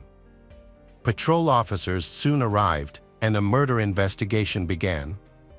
They quickly noted that it was a brutal crime. Sharon had multiple signs of abuse, including bruises and hematomas. She was only wearing a suede jacket and a blue sweater, with her jeans located a few meters away and her underwear caught on a tree. Her mouth was tightly taped, with the tape tangled in her hair. She was gripping the tape in her hand, suggesting she had fought to remove it. There were clear indications that Sharon had attempted to rise, implying she was left alive during the horrific ordeal. Investigators found additional evidence about 15 meters from the body, including tire tracks leading from that spot to where the body lay, along with a trail of blood droplets. No signs of dragging were present. The investigators quickly concluded that multiple individuals may have been involved in this violent act. Sharon's socks and shoes showed no dirt, indicating she did not crawl on the ground by herself. Instead, she was carried out of the car and abandoned in the cold.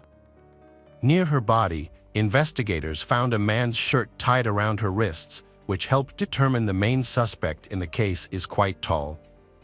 Additionally, a clear footprint was discovered next to the entry gate post, providing further evidence. They also located a receipt for Garo jacket, which Sharon never received. After a forensic examination, it was determined that Sharon had died only a few hours before her body was found. It was clear she had been held captive for several days, from Saturday to Tuesday. The perpetrator had been extremely cruel, as there were signs of strangulation on her neck, and she had choked on her own blood. Forensic experts found that her ribs were crushed, indicating the killer may have been kneeling on her chest. She also suffered a severe head injury and bleeding from multiple stab wounds. Both sides of her jaw were broken, her nose was fractured, and her cheek was torn by a tooth that had been knocked out from the force of the attack. On April 4, 1975, about 200 friends, relatives, and local residents gathered at a community center. They hoped that the killer would soon be caught. 9 months prior to Sharon's murder, Another brutal crime occurred in Canada, the killing of a teenage girl in Chatoy. 12-year-old Norma O'Brien was murdered on the evening of July 9, 1974. After leaving home to play water polo, she discovered the pool was closed for repairs. Norma returned to the pond, but she never made it back home. That same evening, she was reported missing. The family was convinced that Norma would not have left on her own, so they started looking for her. The next day, her partially clothed body was discovered in a field near the pool. Norma's murder resembled that of Sharon, who was also found in the same area, brutally beaten and strangled. The two crime scenes were approximately a half-hour's drive apart, leading to speculation that they might have been committed by the same individual, although there is no definitive evidence to support this theory. Following Sharon's murder on June 23, 1975, 14-year-old Debbie Fisher disappeared in Chatoy while riding her red bicycle home. She was later found in the forest, unclothed but without signs of sexual assault. Debbie had died from a blow to the head with a stone. Subsequently, a 17-year-old male suspect confessed to the crime, but his identity is kept private due to his age. The suspect claimed that he was returning home on his moped around 6:30 p.m. when he spotted Debbie riding her bicycle and carrying milk. After observing her closely, he devised a sinister plan. He greeted her, and she responded in kind. He then overtook her, concealed his moped in the bushes, and sat on the curb, pretending to cry. Concerned, Debbie stopped, and the suspect called her over, prompting her to step closer to him. He grabbed her and began to assault her. He threw the milk into the field, and she lost consciousness. Then, he hid her bike in the bushes and attempted to rape her but was unsuccessful. In a fit of rage, he struck her on the head with a rock, causing her death. He concealed her body in an abandoned car in the forest and fled on his moped. Debbie's killer later admitted killing Norma O'Brien, but he denied any involvement in Sharon's killing. He had an alibi at the time of Sharon's murder, so he was not considered a suspect in that case. He was convicted of murdering two girls, Debbie and Norma, and due to his age, served only a few years in prison before being released. He now lives and works in Montreal, near the location where Sharon's body was discovered. Police gathered a significant amount of evidence related to Sharon's murder. However, the outcome was not what they had hoped for. 13 months went by without identifying a primary suspect for charges. They found 38 individuals who might be linked to that tragic night. 6 of these 38 individuals were detained, but ultimately, all were released due to a lack of evidence. Sharon's close friends were also interviewed, and they all had alibis. Some were at a pizzeria, while others were at home watching a game. The investigation became increasingly difficult and gradually reached a dead end as investigators could not find new clues. And it appeared that everyone had given up, except for the mother of Sharon's. Sharon's mother, Yvonne, was frantic as she tried to piece together what had happened to her daughter.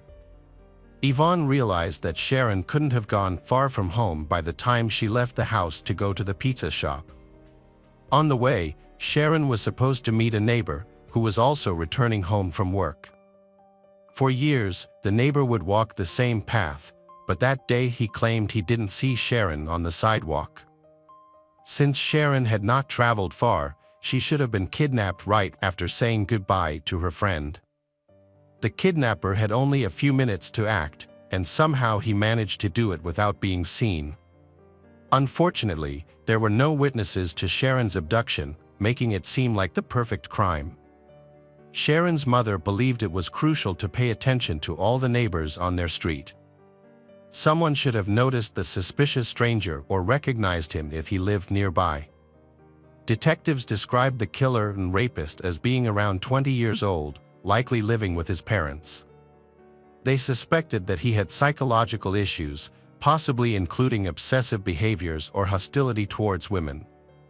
The detectives believed this crime was not the first committed by the suspect, and if he wasn't apprehended soon, it wouldn't be the last. They were convinced that several people were involved in both the kidnapping and the subsequent violence. It was also thought that one of the attackers could have been an unpredictable stranger with a knife who initially targeted another girl, Cheryl, but fled when come across by nearby witnesses. Witnesses described the attacker after Cheryl's assault. Despite thorough searches, he could not be found. It was statistically unlikely for two rapists and kidnappers to be active at the same time in one of the city's safest neighborhoods, prompting detectives concluded that the same person was responsible for the attack on Cheryl and the murder of Sharon. The attacker's behavior suggested he knew the area well, allowing him to navigate without leaving evidence or raising suspicion among residents. Detectives, along with Cheryl's mother, concluded that the assailant likely lived nearby. They characterized the attacker as a sadist. Typically, individuals with such tendencies follow a predictable pattern. They seek out compliant victims, initially presenting themselves as charming and sweet to gain trust. Over time, however, they become increasingly cruel and demanding. It all begins with control, followed by humiliation, and then they start mocking the victim. In this context, relationships with women often develop, and the sadist gradually shifts from seeking a partner to becoming a predator on the hunt. As a result, the police decided to thoroughly investigate all local residents with histories of harassment and domestic violence. Their goal was to find and question the knife-wielding attacker who had assaulted Cheryl. He matched the profile of the criminal, socially awkward and resorting to a knife instead of conversation. He was unlikely to be a successful individual or possess high intelligence. This type of person usually had a history of violence and preferred to use brute force to achieve his goals instead of clever tactics or deception. It was clear he lacked self-control, easily losing his temper and being ready to fight at any moment. The most alarming part of this situation is that the police are chasing a suspect who could be a serial killer, who needs to be stopped immediately. While he tried to run away from the detectives, they continued their search for him. Unfortunately, many crucial technologies we have today, such as DNA analysis, surveillance cameras, and phone geolocation, had not yet been developed at that time, leaving the investigators with limited resources. Although detectives investigated quickly and professionally, but 6 years after Sharon's body was found, the killer struck again. A 12-year-old girl named Temi was ferociously murdered. It is believed that the sadistic attacker, after assaulting a 16-year-old named Sharon, began targeting younger girls for his crimes. When Temi's body was discovered, it was revealed that the attacker had grabbed her and started to molest her. Then, he attempted to rape her but was unsuccessful. In a fit of rage, he struck her on the head with a rock, leading to her death. Although detectives investigated quickly and professionally, but 6 years after Sharon's body was found, the killer struck again. The second victim was a 12-year-old schoolgirl named Temi Leakey. She was ferociously murdered. It is believed that after attacking 16-year-old Sharon, the perpetrator chose to target younger girls for his crimes. When Temi's body was found, the same police officers who had been investigating Sharon's murder took on this case. They quickly noticed the similarities between the two murders, which further supported the theory of a serial killer. On March 20, 1981, Temi was visiting her grandmother when she disappeared just a few blocks from her grandmother's house. Later, Temi's mother found her glasses on the sidewalk. When she returned home, the woman immediately reported her daughter missing to the police. They identified a witness who saw a man in a beige raincoat get out of a small red car and force a screaming girl into it. That same evening, Temi was found barely alive on the street. A man came to the police station to report a serious matter. He saw Temi was naked and covered with clothes. Doctors worked hard to save her, but unfortunately, she died. The examination revealed that she had been strangled. Although she was not raped, there were traces of male fluid found on her clothes. The attacker had been careless, leaving behind enough evidence that connected this case to other brutal murders. Despite the detectives' efforts, the investigation hit a dead end. Meanwhile, in nearby areas of Canada, there were reports of similar assaults on girls and young women. In 1971, 17-year-old Lisa Blaze was found dead just a few meters from her home in Montreal. She had left a bar early in the morning, suffered a blow to the head, and was raped. This case has not yet been resolved.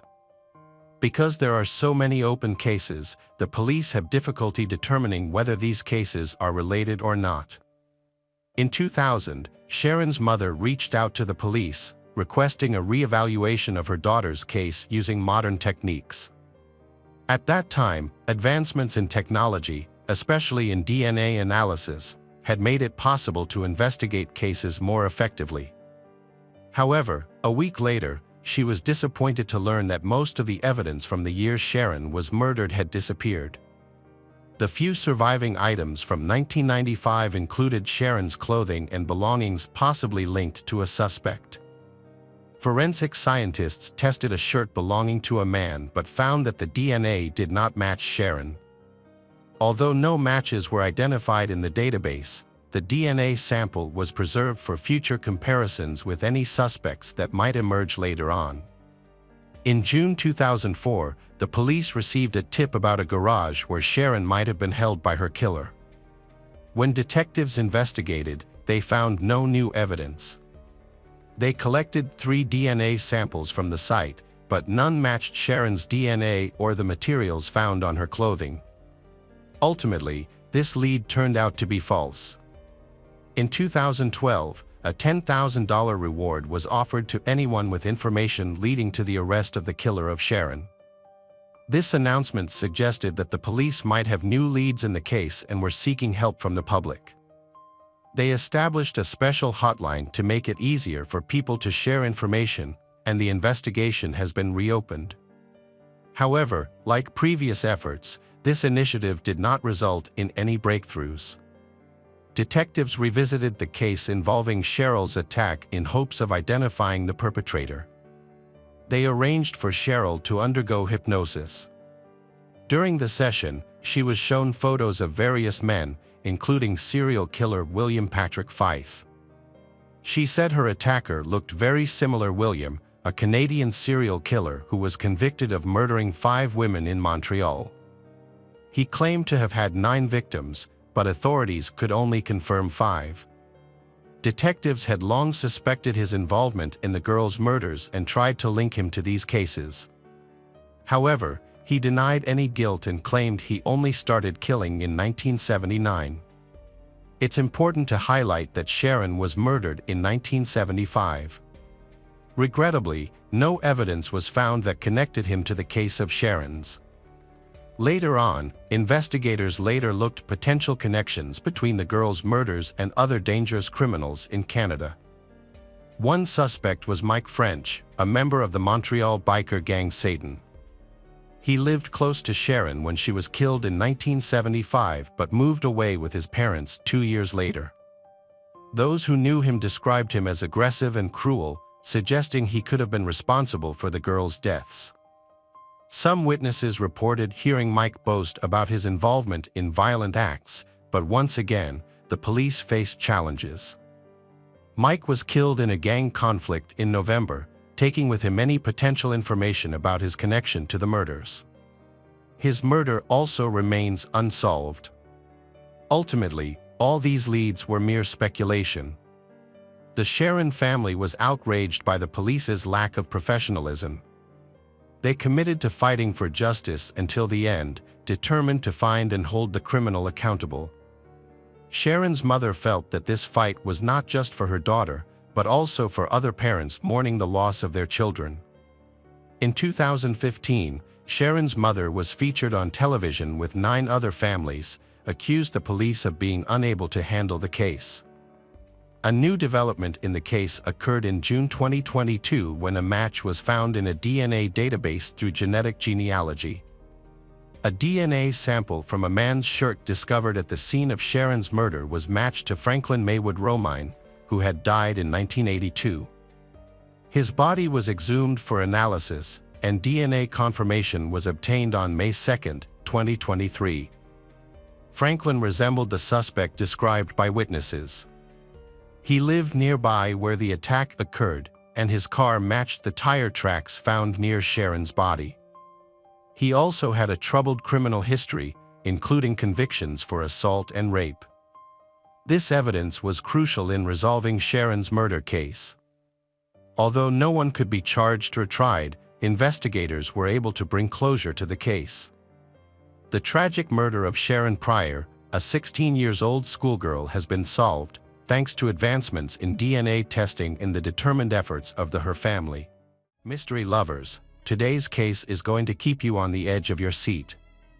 The case of Anel Baez Alvarez. Anel Baez Alvarez was born on March 17, 1998, in Guamuchil, Sinaloa, Mexico. She was the second child of Ilda and Hugo, with an older brother named Omar. Later, the family welcomed a younger sister, Adriana. Initially, she was a shy child. She gradually became more confident, showing grace and charm. She was energetic and always tried to entertain those around her. Anel's father was a tailor, and the family was prosperous, close-knit, and happy.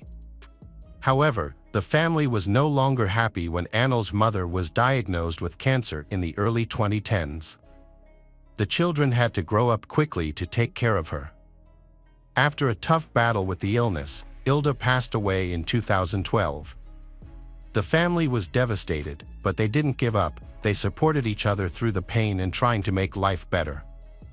The tragedy brought the sisters, Adriana and Anel, so close that they shared everything, facing sadness and problems together. Anel remained a cheerful and friendly girl with a passion for dancing and music. As she entered high school, she became an ideal daughter, helping with household chores, caring for her younger sister, and keeping up her good grades. Cooking for the family became one of her favorite activities, especially making desserts, which became her specialty. Anel conquered her shyness and became one of the most popular girls at school. She also started a music group as a singer, where she developed a love for the ballad Amor Eterno. At the same time, Anel met someone who would become her best friend, at least for a while. Her name was Erandi Elizabeth Gutierrez. They became an inseparable duo, earning the admiration of everyone around them and being considered the most popular girls in school. They showed their friendship through social media posts. On October 14, 2012, Anel uploaded a photo with Erandi, expressing her happiness for their friendship. Anel thanked God for the chance to be close to her and even wrote that Erandi had become not just a friend, but a sister to her. Initially, everything was wonderful, but over time, the situation changed. Although they were the same age, their personalities were completely different. Anel was a sweet girl who loved love songs and spending time with her family. In contrast, Erandi lived in a vice's environment and became increasingly involved with drugs, also known in Mexico as bucona. Erandi frequently attended events featuring musicians from this culture, such as the Caliber 50 concert during the Carnival celebrations in Guamuchil in 2014. She also had a very clear political stance. Once, Erandi posted on social media that she took part in a march in support of Joaquin Guzman Lora. On her page, she wrote, "March for El Chapo's freedom. We must rally behind this great cause." This message was accompanied by a photo. Unlike Erandi, Anel usually didn't share her point of view on social media and didn't agree with the views Erandi supported. As a result, the distance between them grew. In 2014, Erandi and Anel of them started attending Guamuchil High School at the Autonomous University of Sinaloa, but they barely spoke to each other. Each found her own group of friends. Anel began spending time with Melissa, Karen, Manuel, and Maria Jose. These friends had healthy lifestyles, followed her everywhere, and admired her. Maria, who had known Anil since elementary school, saw her as the leader of the group. Anil took on this role, and she always looking out for everyone. Anil was very polite and organized. Despite growing apart from Arandi, but she never told her father or siblings about their falling out. Around the same time, Arandi started acting strangely on social media. She posted negative and concerning messages on her page. Some posts were quite alarming, such as pregnant 13-year-old girls taking psychoactive substances, and bizarre statements such as, her mom is upset that she killed her ex and buried him in her garden, or, it is fortunate that she is envied by the dead. The initial posts didn't make much sense, as Arandi took them from forums or songs. However, with time, some messages began to appear threatening. On February 5, 2014, she posted that she was going to bury someone by the end of the year. On February 23, she wrote that she might seem very calm, but in her head, she had killed the person at least 3 times, and every day her mind was filled with new ideas. A few days later, Arandi wrote that she thanked God no one heard her thoughts, and everything would definitely happen the next day. She kept writing more and more posts, and became very creepy. On March 3, Arandi posted, maybe not now and not tomorrow, but soon. She won't say anything to that person, but that person should know that she has destroyed them mentally. The last post was on March 16, where she wrote, this really drives she to despair. No one in her circle knew who these threats were directed at. However, rumors started to spread at school. Many said that Arandi was upset with Anil because they were no longer friends. Some even accused Arandi of being jealous of Anil because everyone liked her.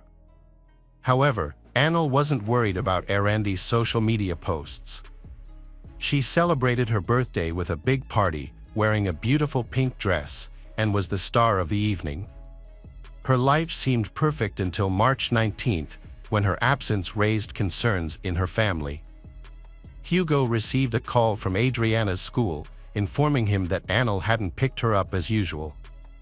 Initially, he wasn't too concerned, thinking she might have overslept or was with friends after school. He quickly went to pick up Adriana. On the way, Hugo tried calling Anil to see if everything was fine, but she didn't answer. He assumed she was probably still sleeping. After picking up Adriana, Hugo tried to contact Anil again, but she didn't answer. He repeatedly called her number, without success, which made him more worried. Hugo headed to her house in the Los Fuentes area. When he arrived, he noticed the front door was wide open. Upon entering the living room, both he and Adriana saw that some items had been moved. They thought it might have been a robbery. After that, they shouted Anil's name and searched desperately throughout the house, but they also couldn't find her. Finally, Hugo arrived in Anil's room and found the door locked, which worried him. He knocked several times, but Anil didn't answer. In desperation, Hugo broke down the door. Inside, he was shocked to find Anil's lifeless body on the floor, covered in numerous wounds with blood stains around. He immediately called the police, who arrived quickly. Upon examining the scene, the officers initially believed that a very strong person or a group had committed the crime. Although there were some blood stains, they were minimal, suggesting the attacker had attempted to clean them up. During the autopsy, the forensic expert revealed that Anil had suffered 65 stab wounds. The officers concluded that the attack was driven by someone with intense hatred towards her. The detectives noticed that the doors and windows were not forced, suggesting Anil knew the assailant and allowed them into the house. They even considered the possibility that Anil had planned to meet this person that day. However, a check of her mobile phone revealed no evidence of any invitation to her home. It seemed more likely that the encounter was by chance. With no surveillance cameras in the area, the officers interviewed neighbors. Some neighbors reported seeing a slender girl with black hair leaving the house. These accounts helped narrow down the suspects. Afterward, officers began questioning Annel's close friends and family. All her relatives had alibis and insisted that Annel had no enemies, was very friendly, and they couldn't imagine anyone wishing her harm. However, detectives found a post on Arandi's social network very suspicious, where she expressed shock at Annel's death. Some people offered their condolences, but others began accusing Arandi of being the murderer. The post quickly filled with comments blaming Arandi and claiming she was guilty. She then deleted her account's social network, but by then, it was too late. Police questioned several of Annel's friends to understand the relationship between Arandi and Annel. They all said that the two of them no longer played together, and it was clear that Arandi envied Annel for her greater popularity. After the interviews, detectives checked Arandi's social media profiles and found all the threatening posts she had made a few months earlier. However, that wasn't their only discovery. Just a few hours after it happened, Arandi posted that she was a fool and wondered what she had done. She was identified as the only suspect in the crime. This information was kept secret because officers worried Arandi might flee before they could arrest her. The agents patiently waited for the right moment. The case gained so much attention that hundreds of people gathered at a well-known funeral home in Guamachil to say goodbye to Annel. Friends, relatives, teachers, and classmates cried and hugged each other, struggling to believe that someone so young had passed away. Annel's funeral was very crowded, but two people were particularly noticeable, Arandi and her mother. Arandi entered the venue with her head down, and her long black hair partially hid her face.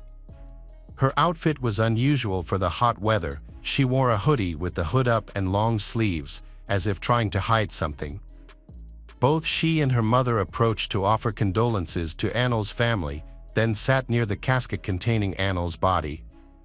Everyone whispered and watched Arandi with tense expressions, noting how distressed she seemed. A few minutes after she arrived, officers quietly approached her and asked her to come with them to the police station. Arandi did not resist and went with the officer. The questioning started at the police station. At first, Arandi claimed to be innocent, but after a few questions, she broke down. She lifted her hoodie, showing scratches and bruises on her arms and torso. Arandi confessed that Annel caused these injuries while trying to defend herself.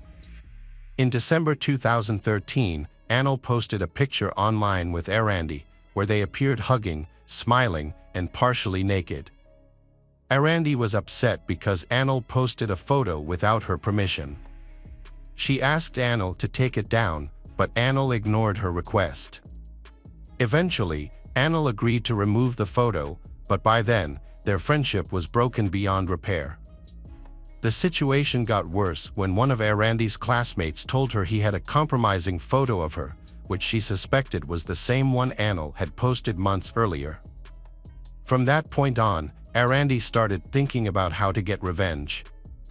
In the meantime, she expressed her anger on social media until she couldn't bear it anymore. On March 19, 2014, Arandi posted on her page, "In a world of 7 billion people, she only liked 3 of them." After that, she went to Annel's house in the Los Fuentes neighborhood. Arandi arrived at the door with 2 servings of ice cream and a big smile, saying she wanted to make amends and be friends again. Annel happily agreed and invited her inside. She even suggested they go upstairs to Annel's room on the 2nd floor to chat, just like old times.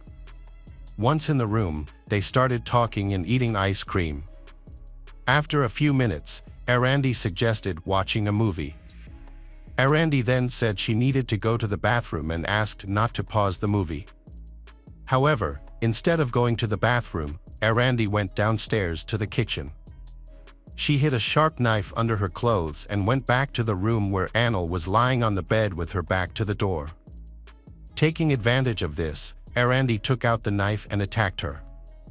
Annel tried to defend herself by scratching, pushing, and punching, but she couldn't overpower Arandi.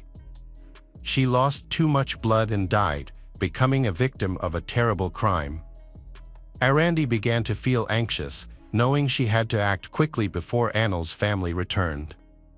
She tried to clean up the blood using all the rags in the house, but there was so much that she could only clean a little. Eventually, she went to the bathroom, washed her hands, and changed into clothes from Anil's wardrobe. Then, Arandi closed the door to the room, leaving Anil's body inside, and ran out of the house, leaving the front door open. When Anil's relatives heard the story, they were outraged. They knew the tale about the photograph was false. Anil would never do such a thing, it wasn't in her nature. Additionally, Anil's friends stated they had never seen any such photograph. They argued that since both Arandi and Anil were quite popular, the photo would have certainly spread, and someone would have downloaded it. It became clear that envy was the real reason behind the crime. Nevertheless, the motive was no longer relevant. Arandi was the only suspect in the case. She was officially charged with involuntary manslaughter. The legal process moved quickly. Four officers escorted Arandi to the juvenile court proceedings at the prosecutor's office that handles cases involving minors. After a hearing lasting 1.5 hours, Arandi was found guilty. Even though it was clear she had executed a premeditated plan and the murder was intentional, but because she is only 16 years old, she was sentenced to 7 years in prison. She was transferred to the Juvenile Detention Center in Kaloa. Anil's family thought justice had been served and that it was all over, but they were very wrong. The defense filed an appeal, arguing that the trial took place in Kokon, which was incorrect, as the crime happened in the jurisdiction of Los Machos. The higher court decided to reopen the trial, this time in the appropriate jurisdiction. Despite the expedited process, the verdict was not overturned. This decision made the public extremely angry. Hundreds of Mexicans and foreigners shared images on social media with signs demanding justice for Anil.